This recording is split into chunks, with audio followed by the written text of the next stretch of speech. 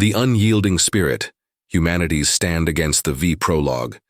The apex predators, in the boundless expanse of the galaxy, where stars burned with ancient fury and nebulae whispered tales of forgotten worlds, one species stood unchallenged, the Eye. Vikrath, known to all as the V. They were the apex predators, a race sculpted by the merciless crucible of their homeworld, Krath-Zor, a planet of jagged obsidian peaks, molten rivers, and skies choked with ash. To survive on Krath-Zor was to dominate, and the Vikrath had mastered domination with a ferocity that shook the stars. Standing over 7 feet tall, their reptilian forms were a testament to evolutionary perfection. Their scales, thick and iridescent, shimmered like polished armor, deflecting blades and energy blasts alike. Their muscles rippled with raw power, capable of crushing stone in their clawed hands.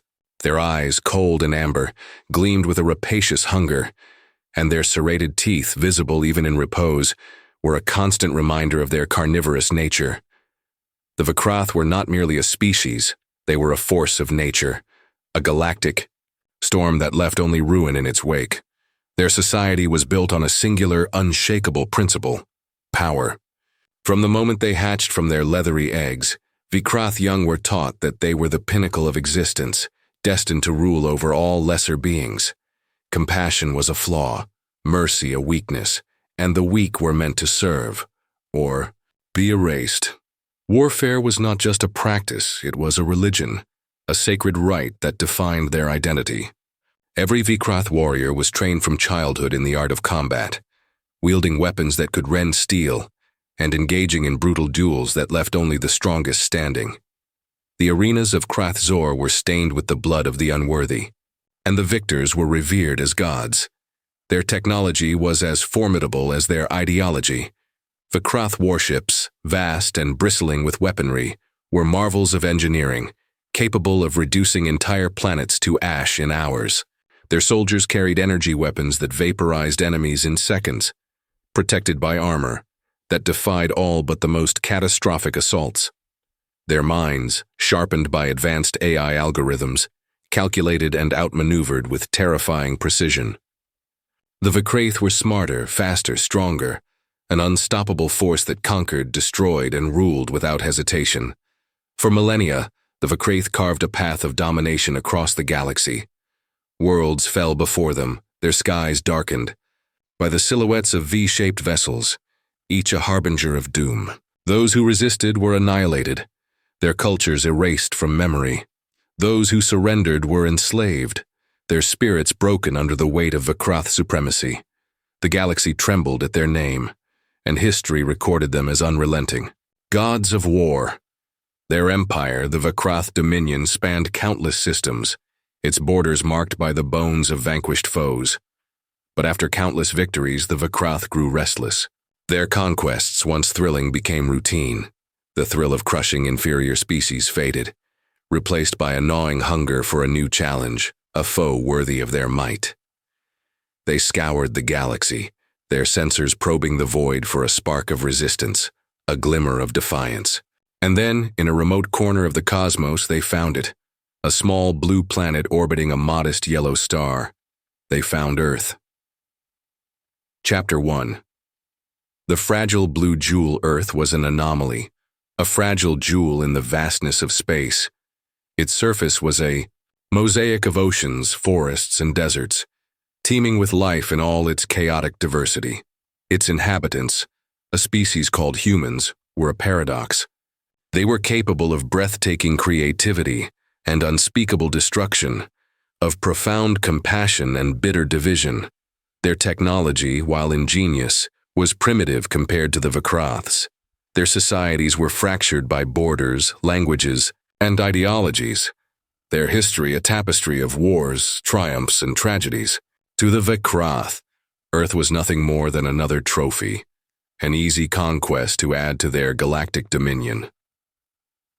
In the grand battle chambers of the Vikrath dominion, carved from the black heart of a dead star, the Rajul, elite commanders of the Vikrath fleet, gathered to discuss the invasion. The chamber was a cavernous expanse of obsidian and steel, its walls adorned with trophies from 1,000 conquered worlds. The shattered hulls of enemy ships, the petrified remains of fallen kings, the glowing cores of obliterated planets. At the center stood High Commander Vraxis, a towering figure whose scales shimmered with the scars of countless battles. His voice, deep and resonant, carried the weight of absolute authority.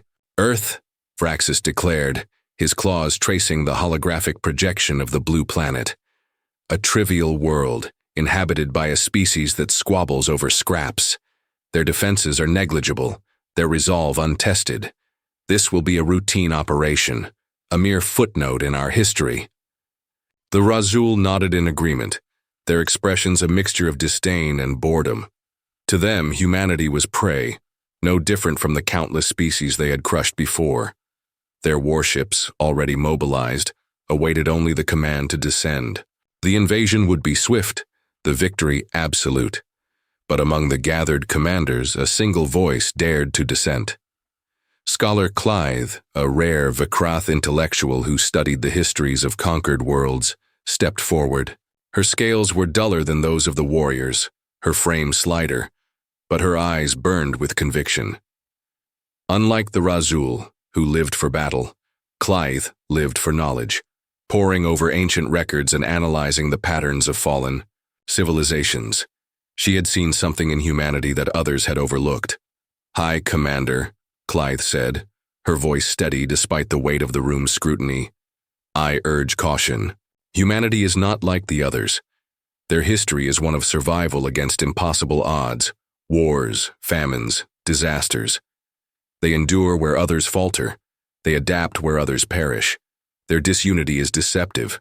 In crisis, they unite. To underestimate them is to invite disaster." Vraxis's gaze narrowed, his lips curling into a sneer. "You speak of prey, scholar. Predators do not fear prey. Your warnings are the ramblings of a coward who has never tasted blood." The chamber erupted in mocking laughter, the Rajul's voices echoing like thunder. Clythe bowed her head, silenced but unconvinced. She knew the stories of humanity, tales of warriors who fought to their last breath, of scientists who defied nature's limits, of ordinary people who rose to extraordinary heights in the face of calamity. But her words were dismissed, her warnings ignored. The invasion was approved with unanimous fervor, and the Vikrath fleet was mobilized. 1,000 warships, each a monument to destruction, set course for Earth. Their hulls gleamed like the scales of their makers, their weapons primed for annihilation. The Vikrath descended with haughty arrogance, believing themselves gods descending upon insects. They expected no resistance, no challenge, only the fleeting satisfaction of another world broken beneath their claws. They could not have been more wrong. Chapter 2. The Fires of Defiance. The invasion began with devastating precision. On a clear morning in the spring of 2025, Vikrath warships entered Earth's orbit, their shadows casting a pall over the planet. Without warning, they unleashed their fury. Energy beams lanced from the heavens brighter than the sun, obliterating cities in moments. New York, Tokyo, London, Mumbai, urban centers that had stood as testaments to human achievement, were reduced to smoldering craters. Military bases were annihilated, their defenses vaporized before they could respond. Communication hubs fell silent, their signals drowned in static. The Vikrath watched from their command ships, their sensors recording the destruction with cold indifference.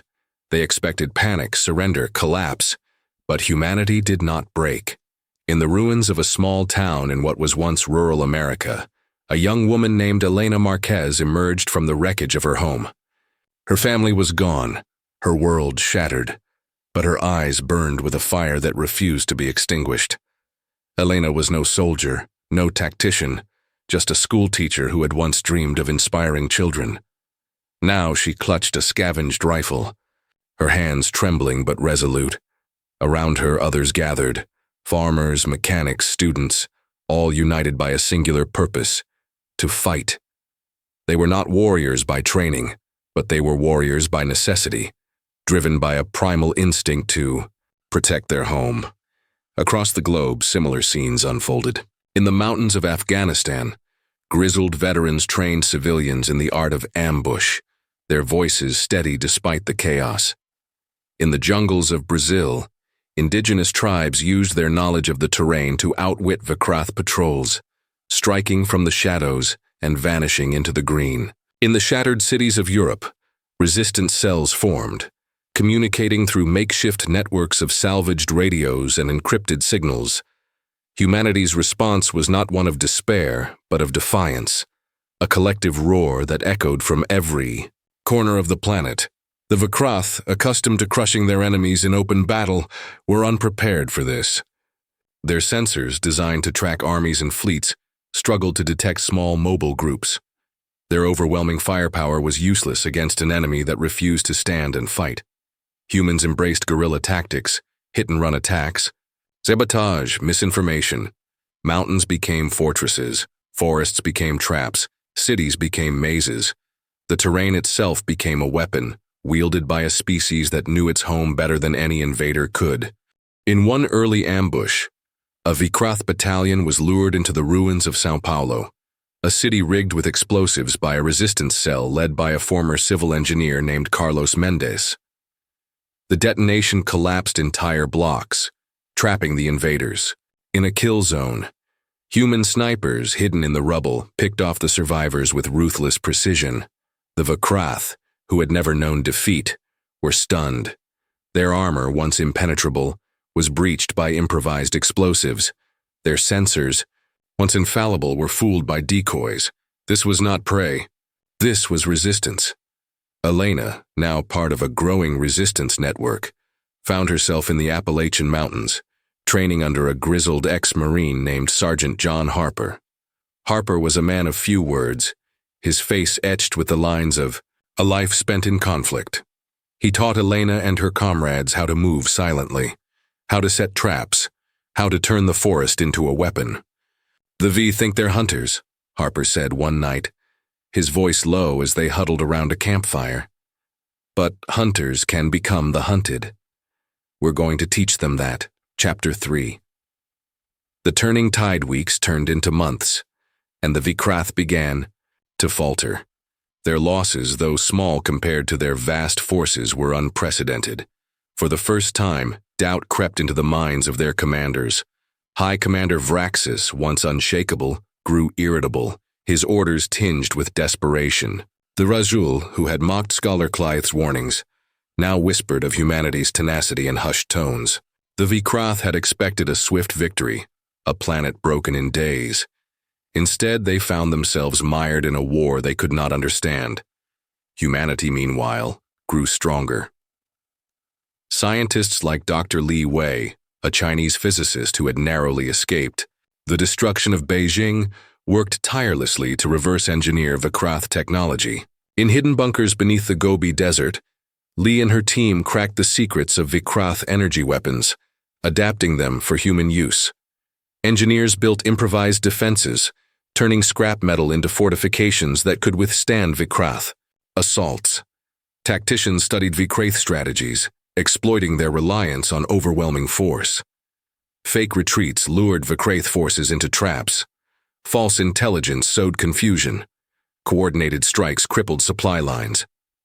In the Himalayas, a resistance leader named Arjun Patel orchestrated a daring raid on a Vikrath outpost. Arjun, a former software engineer from Mumbai, had lost his entire family in the initial invasion. His grief had forged him into a brilliant tactician, his mind as sharp as any Vikrath AI. Using the region's brutal storms as cover, Arjun's team infiltrated the outpost, sabotaged its power core, and escaped before the explosion. The outpost's destruction disrupted Vikrath operations across the continent, proving that even their strongest fortifications were vulnerable. The Vikrath responded. With escalating brutality, they unleashed scorched earth tactics, targeting civilian centers to break humanity's will. Hospitals, schools, shelters. Nothing was spared. Entire regions were reduced to ash, their skies choked with smoke. In Africa, the city of Lagos was glassed, its vibrant streets turned to a sea of molten ruin. In Asia, the Mekong Delta was flooded with chemical agents, poisoning the land for generations. The Vikrath believed that terror would force surrender. They were wrong. Instead of breaking, humanity united. Nations that had once been divided by politics and pride now stood together, their differences forgotten in the face of a common enemy. The atrocities only hardened their resolve. From the ashes of devastation, a global resistance emerged, its members bound by a shared purpose: to protect their home. In underground command centers, leaders from every continent coordinated their efforts, sharing resources and strategies. The United Nations, once a symbol of bureaucratic inefficiency, was reborn as the Global Defense Coalition, a beacon of hope for a battered world. Elena, now a seasoned fighter, became a symbol of this. Unity, her courage in the face of overwhelming odds inspired others to keep fighting. She traveled from one resistance cell to another, sharing Harper's tactics and Lee's technology. In a makeshift camp in the Amazon, she met Captain Aisha Okoye, a Nigerian Indian soldier whose unit had held the line against a Vikrath assault for 3 days without reinforcements. Aisha's resolve was unbreakable, her voice a clarion call for those who wavered. "We are not just fighting for survival," Aisha told Elena. "We are fighting for our children, for our future, for the right to exist." Chapter 4. The Battle of the Iron Fortress. The turning point came in the form of the Battle of the Iron Fortress, a Vikrath stronghold positioned in the ruins of what was once Johannesburg. The fortress was a marvel of engineering, its walls impervious to conventional weapons, its defenses manned by elite Vikrath warriors known as the Iron Claws. To the Vikrath it was impregnable, a symbol of their dominance. To humanity, it was a challenge, a chance to prove that no fortress could stand against their will. Elena, Arjun, Lee, and Aisha were among the leaders of a coalition of global forces tasked with planning the assault. They gathered in a hidden bunker beneath the Namib Desert, their faces illuminated by the glow of holographic maps. The team was a microcosm of humanity's diversity. Elena, the teacher-turned-warrior; Arjun, the tactician driven by loss; Lee, the scientist whose intellect rivaled the Vikraths; and Aisha, the soldier whose courage inspired all who fought beside her. Together, they devised a plan that was as audacious as it was brilliant. The attack began with a series of diversions, false signals that drew Vikrath reinforcements away from the fortress. Saboteurs, led by Carlos Mendez, infiltrated the stronghold's outer defenses, disabling key systems with explosives and hacked Vikrath drones. Then, under the cover of a sandstorm that swept across the savannah, the main assault force struck. Human fighters, armed with reverse-engineered Vikrath weapons, breached the fortress's barriers. Elena led a squad through a maintenance tunnel, her heart pounding as she navigated the labyrinthine passages.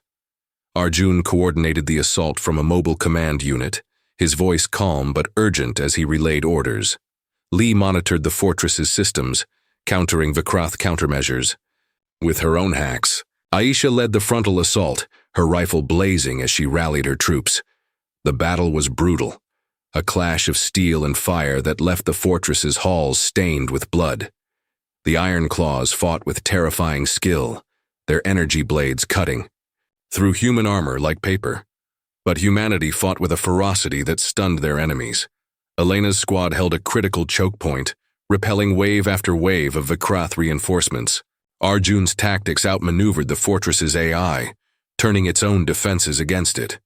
Lee's hacks disabled the stronghold's power grid, plunging it into darkness.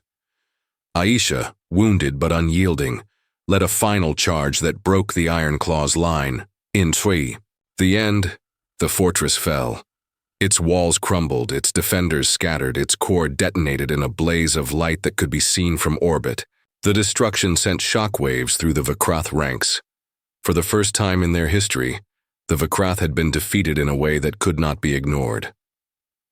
The Battle of the Iron Fortress was a tactical masterpiece, a testament to human brilliance and courage. Chapter 5: The Hunters Hunted. The fall of the Iron Fortress marked a shift in the war. The Vikrath, once invincible, were now on the defensive. Their commanders, plagued by doubt, questioned their strategies and the very foundation of their society.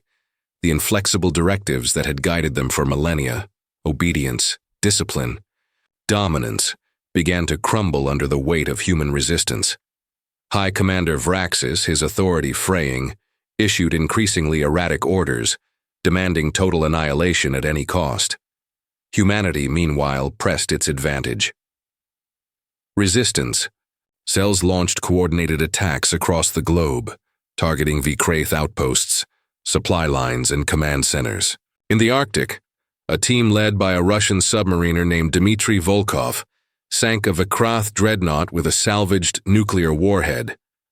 In the Pacific, Polynesian navigators used their knowledge of the ocean to ambush Vkrath troop carriers.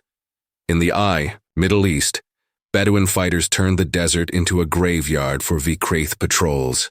Psychological warfare became a weapon, with propaganda spreading hope and false intelligence sowing paranoia.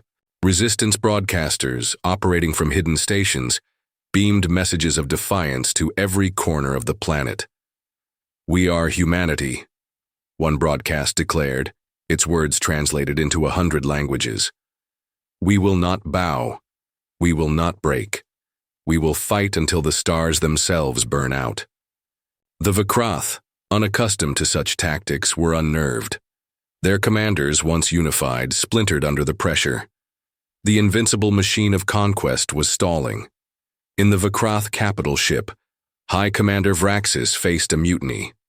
A faction of Rajul, led by scholar Clythe, argued for withdrawal. "Humanity is not prey," Clythe declared, her voice ringing with conviction.